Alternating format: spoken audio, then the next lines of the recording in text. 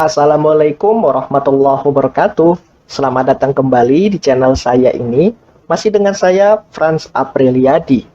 Pada video bagian ketiga ini, kita akan belajar cara menentukan makna sebuah kata dan menyimpulkan isi pada suatu teks ataupun paragraf yang kita baca. Video ini dibuat sebagai bentuk dedikasi saya membantu teman-teman semua dalam mempersiapkan berbagai macam tes kebahasaan, khususnya tes yang berkaitan dengan mata pelajaran bahasa Indonesia. Langsung saja kita masuk ke bagian yang pertama, menentukan makna sebuah kata. Perlu kita pahami, makna dapat diartikan sebagai maksud yang terkandung dari sebuah kata. Sebuah makna kata akan saling berkaitan dengan benda yang diacu atau yang disertainya. Misalnya, kata baju dapat didefinisikan sebagai pakaian penutup badan bagian atas, ya kan? Jika kita mengartikan kata baju. Nah, definisi seperti tadi dapat kita pahami sebagai arti ataupun makna yang sebenarnya. Makna sesuai dengan apa yang kita lihat. Seperti itu. Kemudian, secara umum, makna kata itu dapat dibedakan menjadi beberapa jenis. Salah satunya ada makna denotasi. Apa itu makna denotasi? Jadi makna denotasi adalah makna yang sebenarnya. Makna sesuai konteks apa yang kita lihat, atau apa yang kita amati, atau apa yang kita rasakan. Dan tentunya makna denotasi ini pasti akan berkaitan dengan panca indera kita. Contohnya, ada kalimat seperti ini. Dia duduk di kursi dengan tenang. Kata kursi adalah benda yang terbuat dari kayu ataupun plastik yang fungsinya adalah sebagai tempat duduk. Nah, definisi ini dapat diperoleh ketika kita melihat secara langsung. Melihat kursi itu di depan mata kita, maka kita dapat mengartikan bahwa ternyata kursi itu definisinya adalah suatu benda yang terbuat entah itu dari kayu atau dari plastik, tergantung sudut pandang kita melihatnya. Jadi seperti itu. Kemudian ada contoh lain, misalkan ada kata meja. Meja sesuai dengan sudut pandang kita dapat diartikan sebagai suatu tempat yang ukurannya adalah panjangnya sekitar 2 meter atau lebarnya sekitar 1 meter, berkaki 4, warnanya coklat. Nah, itu merupakan definisi dari kata meja sesuai dengan apa yang kita lihat. Jadi seperti itu. Kemudian yang kedua, ada makna konotasi. Makna konotasi merupakan makna kiasan atau makna yang berkaitan dengan perasaan. Makna konotasi bisa juga dipahami sebagai makna yang kedua. Misalkan contohnya seperti ini. Dia berjuang keras demi kursi di tempat kerja barunya itu. Kata kursi tidak dapat kita definisikan sebagai suatu tempat ataupun suatu benda yang terbuat dari kayu untuk digunakan seseorang sebagai tempat duduk. Tidak bisa kita artikan seperti itu maksud kata kursi pada kalimat nomor 2 ini.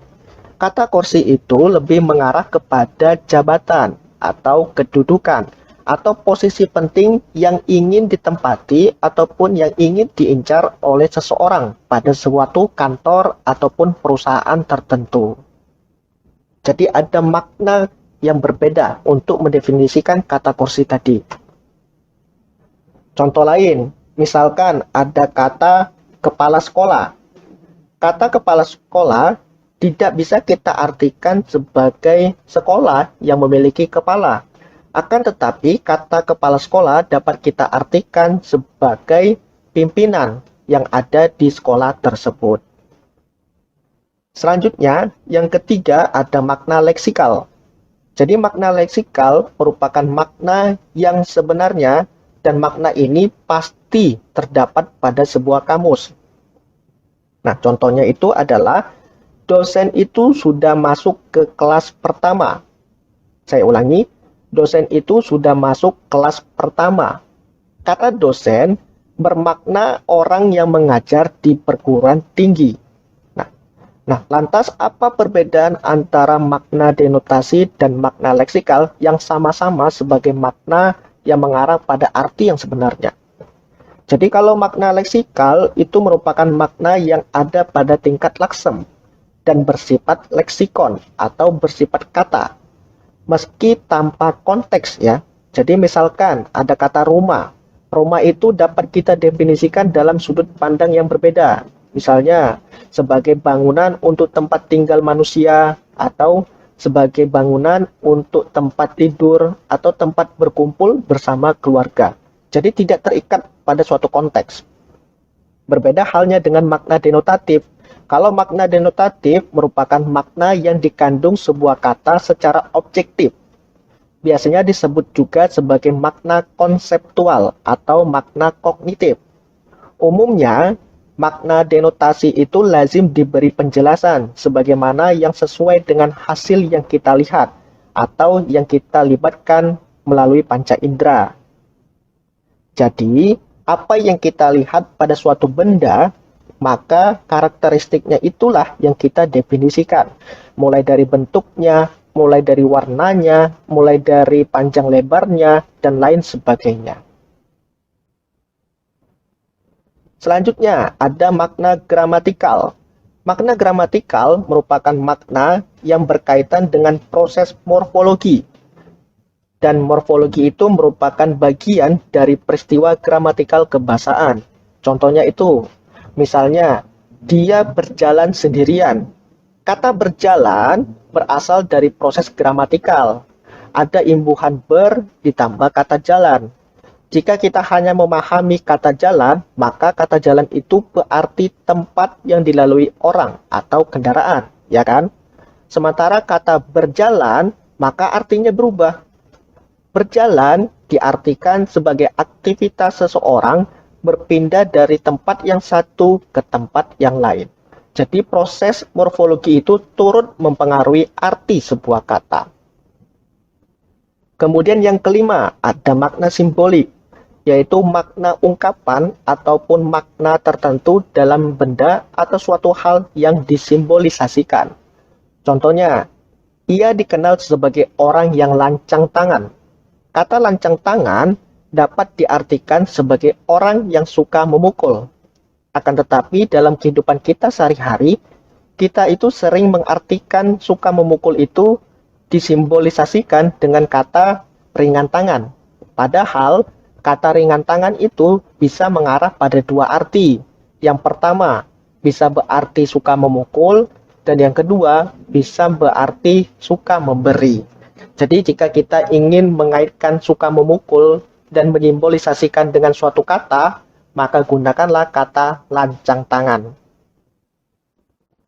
Untuk lebih jelasnya, silakan teman-teman mengidentifikasi soal nomor 1 berikut ini. Kira-kira soal nomor 1 ini jawabannya apa? Apakah A, B, C, atau D? Ya, cara menjawab soal nomor 1 ini, jika teman-teman tidak tahu arti dari mengepakkan sayap pada soal nomor 1 ini, ya kan? Maka teman-teman bisa menggunakan cara yang kedua.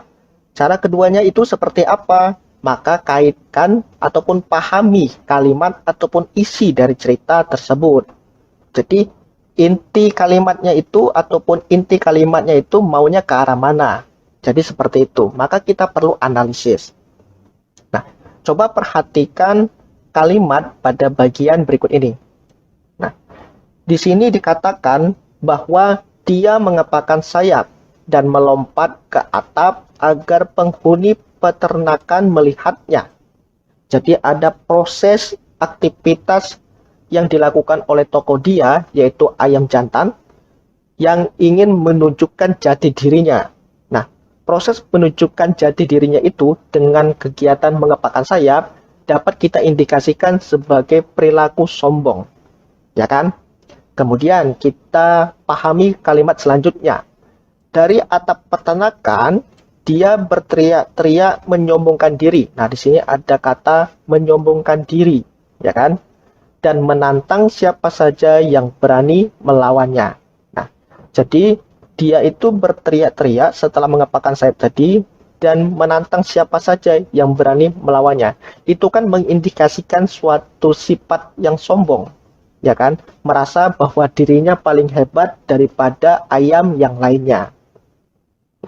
Jadi, kira-kira dari apa yang kita pahami pada paragraf kedua ini, mengepakkan sayap itu dapat diartikan apa? Apakah kesombongan, keserakahan, keculasan, atau keegoisan? Yang jelas jawabannya adalah A ya, kesombongan. Jadi seperti itu cara menjawab soal nomor 1. Berikutnya, soal nomor 2. Kira-kira soal nomor 2 ini jawabannya apa? Apakah A, B, C, atau D? Ya, jika kita perhatikan soal ini agak berbeda dengan soal nomor 1 tadi. Kalau nomor 1, jika kita tidak tahu artinya, maka kita bisa mengaitkan dengan bagian ceritanya. Kita bisa analisis ceritanya, ya kan? Sementara soal nomor 2 ini, tidak bisa kita melakukan hal yang seperti itu. Karena soal ini merupakan soal pengetahuan yang mau tidak mau teman-teman itu harus tahu artinya di luar kepala. Jadi seperti itu. Oke, kembali ke soal nomor 2, kira-kira jawabannya apa? Ya, jawabannya adalah C. Kata emigrasi dapat diartikan sebagai perpindahan penduduk dari negara lain atau dari negara yang satu ke negara tertentu, tujuannya untuk menetap. Dan menetapnya itu biasanya dalam jangka waktu yang cukup lama. Jadi seperti itu. Nah, bagaimana dengan definisi A, B, dan D? Kalau A, ini merupakan definisi dari urbanisasi, yaitu perpindahan penduduk dari desa ke kota. Otomatis salah. Yang B, ini merupakan definisi dari kata imigrasi, yaitu perpindahan dari tanah air ke negara lain dan menetap di sana untuk sementara waktu. Ya kan? Biasanya ini bisa dilakukan oleh manusia, bisa juga yang dilakukan oleh hewan. Jadi kurang tepat juga. Kemudian bagaimana dengan yang D? Yang D ini merupakan definisi dari transmigrasi, yaitu perpindahan penduduk dari daerah yang satu, yang daerah itu padat, ke daerah yang lebih jarang penduduknya. Itu merupakan definisi dari transmigrasi. Jadi yang D ini juga kurang tepat. Satu-satunya jawaban yang tepat adalah yang C. Selanjutnya kita beralih ke soal nomor 3. Soal nomor 3 ini teman-teman diminta untuk menentukan arti kata yang bercetak miring. Kata yang bercetak miringnya adalah kata gontai ya. Nah, kira-kira kata gontai ini artinya apa? Apakah berjalan berkeliling, berjalan kencang, berjalan perlahan, atau berjalan memutar? Nah, untuk soal nomor 3 ini, jika teman-teman itu tidak tahu artinya, coba kita kaitkan opsi jawaban ini dan kita masukkan ke bagian cerita atau ke dalam kalimat. Ya kan? Jika teman-teman tidak tahu. Dan jika kita perhatikan ataupun kita analisis kalimatnya, nah misalnya kalimat ini ya. Nah, kalimat ini kan mengindikasikan seseorang yang sedang banyak masalah. Ya enggak? Coba kita baca. Berjalan gontai dengan tundukan kepala yang dalam, seolah ia ingin sekali melupakan seluruh hari yang pernah dijalaninya. Ini kan mengindikasikan seseorang yang memiliki permasalahan yang cukup berat pada hari itu, sehingga ia ingin melupakan segala masalahnya itu. Jika kita identifikasi opsi jawaban ini, apakah semuanya ini bisa dimasukkan ke dalam kalimat? Tidak ya. Maka kita perlu analisis. Nah, biasanya seseorang yang memiliki banyak beban, apakah ia itu bisa berjalan berkeliling? Tidak ya. Tidak mungkin orang yang banyak beban, dia malah berjalan berkeliling atau memutari ataupun mengelilingi lapangan. Tidak mungkin. Kemudian apakah dia berjalan kencang? Juga tidak mungkin. Orang yang banyak beban, tidak mungkin dia melakukan aktivitas berjalan kencang atau berjalan sambil berlari. Itu mustahil sekali. Kemudian, yang C, apakah yang C bisa? Bisa jadi. Bagaimana yang D? Yang D ini juga kurang tepat ya, berjalan memutar. Jadi orang yang memiliki beban tidak mungkin melakukan aktivitas yang sifatnya menambah bebannya. Nah, jadi opsi A, B, dan D ini kurang tepat. Satu-satunya jawaban yang tepat adalah yang C, berjalan perlahan. Nah, kalau yang A ini lebih mengarah kepada arti dari kata kelintaran, ya. Berjalan berkeliling itu sebutan lainnya adalah kelintaran. Kemudian berjalan kencang, sebutan lainnya itu berlari. Kemudian berjalan memutar, sebutan lainnya itu adalah berkelemban. Ya, jadi seperti itu. Jadi kalau gontai itu diartikan sebagai berjalan perlahan. Berikutnya, soal nomor 4. Soal nomor 4 ini juga sama seperti soal nomor 3. Kalian diminta untuk mengidentifikasi kata yang bercetak miring. Kata yang bercetak miringnya apa? Ini ya, kata ekonomis. Kira-kira apa jawaban yang paling tepat? Apakah kehematan, kemudahan, keefisienan, atau kecermatan? Ekonomis. Jadi ekonomis itu dapat diartikan sebagai kehematan ya. Sementara option B itu lebih mengarah kepada keringanan. Jadi kemudahan itu sama halnya dengan kata keringanan. Kalau keefisienan dapat kita pahami sebagai suatu sifat yang praktis atau berdaya guna, atau aktivitas praktis atau berdaya guna. Kemudian kecermatan dapat kita pahami sebagai teliti atau akurat. Ya, aktivitas yang teliti atau aktivitas yang membutuhkan keakuratan, ketepatan, kecermatan, dan lain sebagainya. Jadi soal nomor 4 ini jawabannya adalah A. Selanjutnya, soal nomor 5. Soal nomor 5 ini hampir sama seperti soal nomor 2 ya. Jika teman-teman tidak tahu artinya, maka kaitkan opsi jawaban ini ataupun masukkan opsi jawaban ini ke kalimatnya. Apakah cocok atau tidak? Nah, soal nomor 5 kalian diminta untuk menentukan makna dari kata yang bercetak miring. Di sini yang bercetak miring adalah proyeksi. Kira-kira arti proyeksi apa? Apakah bayangan, ilustrasi, gambaran, atau lukisan? Jika kita perhatikan seluruh opsi jawaban, semua jawaban ini hampir-hampir mirip. Ya enggak? Jika kita masukkan ke dalam kalimat, semuanya hampir bisa. Kecuali opsi yang D ya, yang D ini ganjil sekali kalau kita masukkan ke dalam kalimat. Nah, maka caranya kita analisis kalimatnya. Di dalam kalimat ada kata bagan, ya kan? Bagan. Nah, bagan itu kan merupakan rancangan atau skema, dan biasanya rancangan ataupun skema itu bertujuan untuk memberikan informasi tentang rencana yang akan dilakukan. Nah, informasi itu kan sifatnya sebagai apa? Apakah sebagai bayangan, ilustrasi, atau gambaran?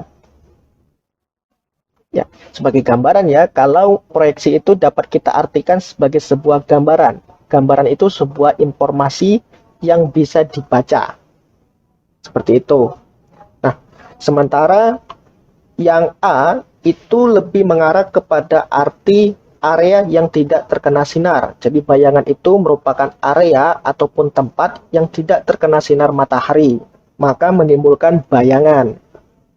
Yang B itu merupakan arti dari sebuah gambar ataupun foto atau berupa lukisan untuk memperjelas informasi.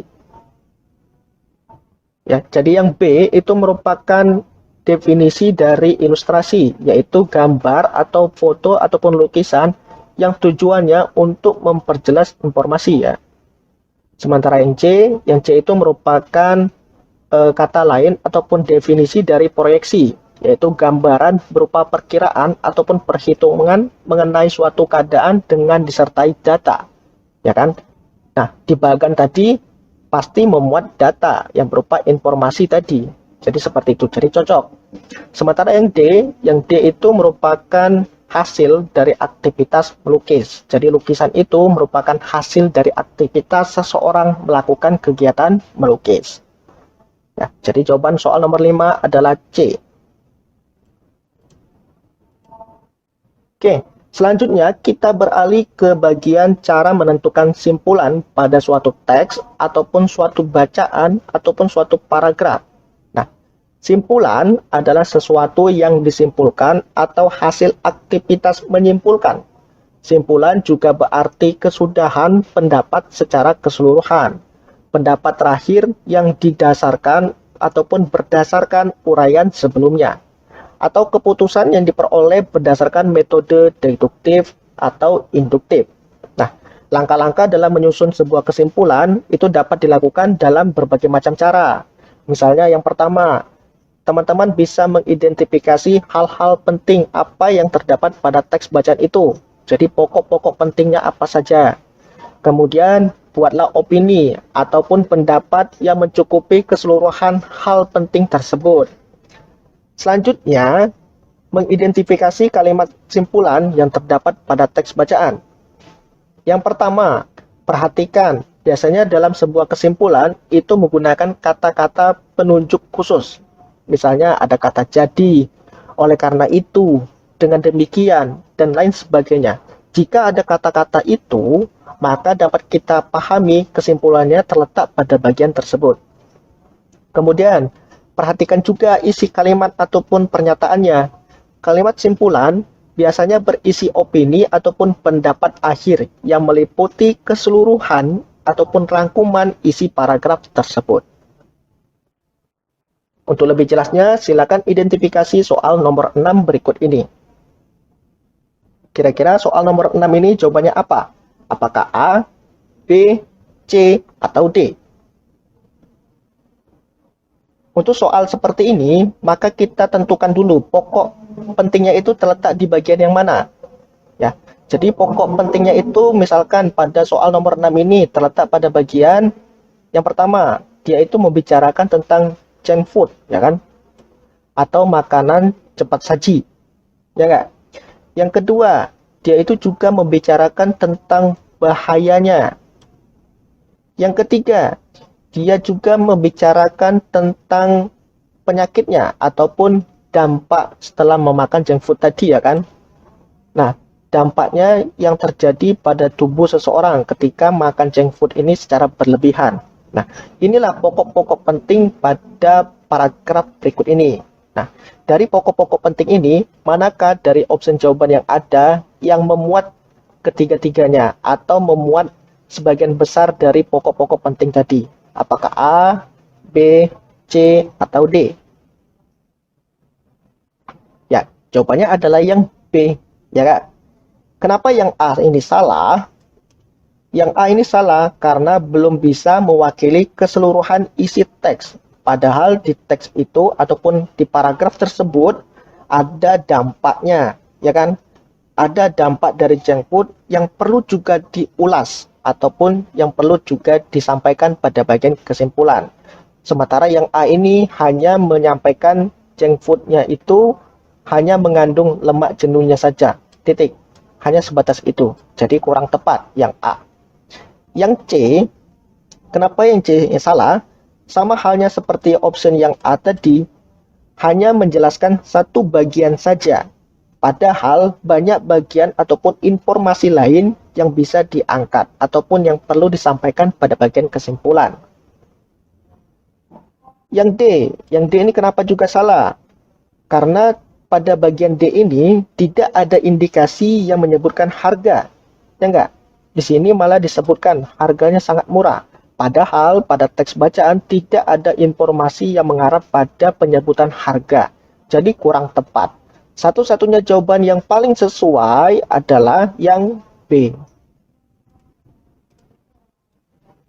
Berikutnya ke soal nomor 6. Nah, silakan teman-teman untuk mengidentifikasi dan tentukan pokok-pokok pentingnya apa saja yang terdapat pada paragraf berikut ini. Ya, untuk soal ini, pokok-pokok pentingnya itu terletak pada bagian yang mana? Yang pertama, dia itu membicarakan tentang masakan daging bistik. ya kan? Itu yang pertama. Yang kedua, paragraf ini juga membicarakan tentang daging bistik itu banyak penggemarnya, ya kan? Nah, pada bagian sini, daging bistik sapi itu mempunyai tempat khusus bagi penggemarnya. Ini pokok penting bagian kedua.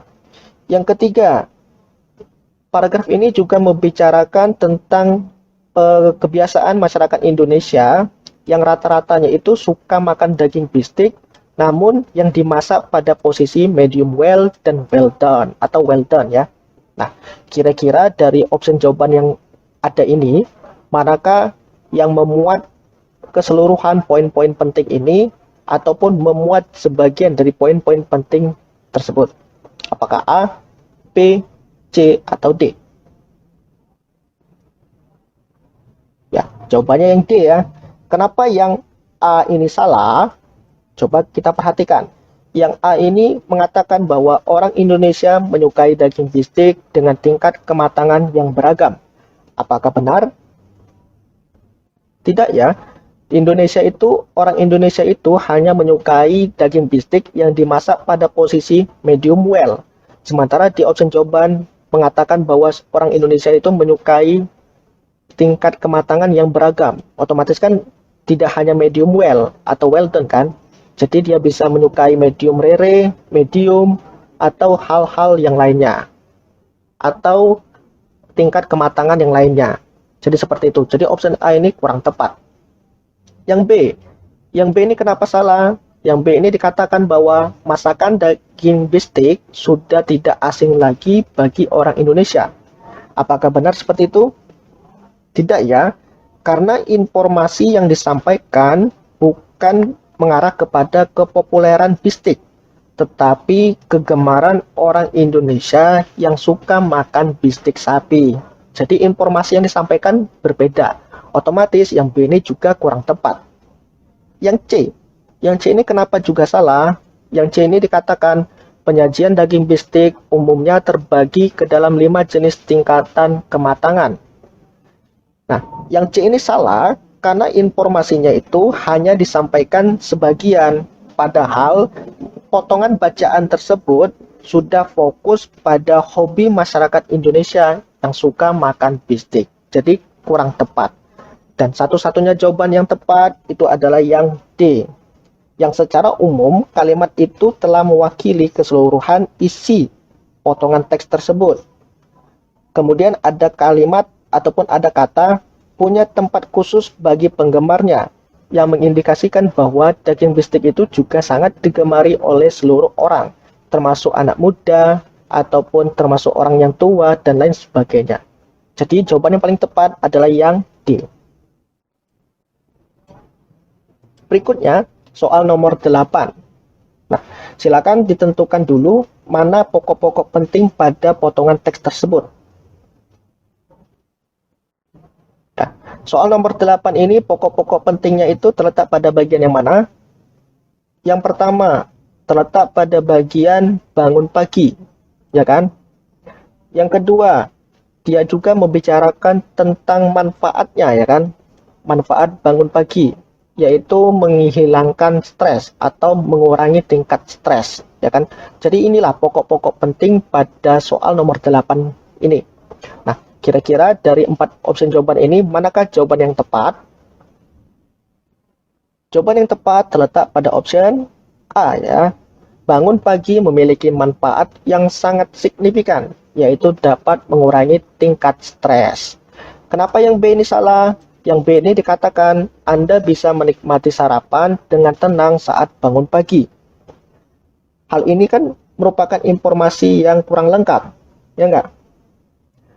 Otomatis opsi B ini salah karena teks itu tidak menginfokan aktivitas sarapan, tetapi suasana bangun pagi, ya kan? Suasana seseorang ataupun manfaat seseorang ketika melakukan kegiatan bangun pagi. Itulah yang dibicarakan pada soal nomor 8 ini. Jadi kurang tepat. Yang C ini kenapa juga salah? Yang C ini salah seperti halnya opsi B. bukan menginformasikan aktivitas pekerjaan di pagi hari ya, tetapi menginformasikan manfaat dari bangun pagi. Jadi juga salah. Yang D kenapa juga salah? Yang D ini juga mengindikasikan informasi yang kurang tepat. Sama seperti halnya option B dan option yang C tadi. Jadi kurang lengkap. Jadi satu-satunya jawaban yang paling tepat yaitu adalah yang A. Berikutnya, soal nomor 9. Silakan ditentukan mana pokok-pokok pentingnya. Ya, soal nomor 9 ini kita dapat mengidentifikasi pokok-pokok pentingnya itu terletak pada bagian pertama, ada lagu-lagu ciptaan Muchtar, Ibu Sud, Ismail Marzuki, dan Sudarnoto ya. Di sini ada beberapa pembuat lagu-lagu nasional. Itu yang termasuk kepada bagian pokok penting yang pertama. Yang kedua, lagu-lagu nasional itu ketika dimainkan menimbulkan rasa sedih, rasa haru, rasa bangga berbaur menjadi satu. Ya Kak, itu pokok penting yang kedua. Yang ketiga, ketika lagu itu dimainkan akan membuat orang tidak mudah melupakannya. Ya enggak? Nah, di sini merupakan pokok penting yang ketiga. Di mana ketika lagu itu dinyanyikan, maka seseorang itu tidak mungkin cepat untuk menghilangkannya atau tidak mungkin cepat lupa. Intinya seperti itu. Nah, dari keempat opsi jawaban ini, manakah yang memuat pokok-pokok penting ini? Apakah A, B, C, atau D? Yang A ya. Kenapa yang A ini bisa? Karena sebagian besar menyampaikan informasi pokok-pokok penting tadi. Mulai dari penciptanya, mulai dari lagunya, mulai dari penciptanya tadi yang membuat lagu penuh semangat, dan lain sebagainya. Sampai lagu itu diaransemen lagi oleh ADMS dan timnya. Sehingga menimbulkan perasaan yang haru dan menimbulkan rasa penuh semangat. Jadi jawabannya adalah yang A. Yang B ini salah karena potongan teks itu bukan berisi informasi tentang keberhasilan ADMS dan timnya dalam memberikan ataupun dalam mengaransemen lagu-lagu nasional sehingga dapat membangkitkan semangat juang bagi yang mendengarkannya. Bukan hal itu yang diinformasikan. Jadi kurang tepat. Yang C ini dikatakan bahwa Aula Simfonia Jakarta yang didesain untuk pengaturan suara yang prima nyaris penuh. Apakah benar? Juga kurang tepat, karena tidak menginformasikan kelebihan aula ya pada teks bacaan itu. Jadi yang C ini juga salah. Yang D ini benar atau tidak? Yang D kan juga salah, karena hampir sama seperti yang B tadi, karena informasinya itu sangat berbeda dengan apa yang disampaikan pada teks bacaan. Jadi satu-satunya jawaban yang paling tepat adalah yang A. Oke, soal nomor terakhir. Silakan diidentifikasi pokok-pokok bacaannya. Kira-kira soal nomor 10 ini, pokok bacaannya terletak pada bagian yang mana? Untuk soal nomor 10 ini, pokok-pokok pentingnya itu terletak pada bagian pertama, terletak pada bagian teknologi tepat guna. Ya kan? Yang kedua, terletak pada bagian pemahaman teknologi. Jadi teknologi itu perlu dipahami, ya kan? Mana? Dengan adanya penerapan ini diharapkan masyarakat berubah dan mengerti manfaat teknologi tepat guna. Kemudian juga ada bagian yang terakhir di sini, cara penggunaan teknologi tepat guna. Nah, dari pokok-pokok penting ini, manakah opsi jawaban yang paling tepat? Dan opsi jawaban ini memuat pokok-pokok penting pada teks bacaan di atas. Apakah A, B, C, atau D? Ya, soal nomor 10 ini jawaban yang paling tepat adalah yang D. Masyarakat diharapkan dapat mengerti dan menggunakan teknologi tepat guna sebaik-baiknya. Kenapa yang A ini salah?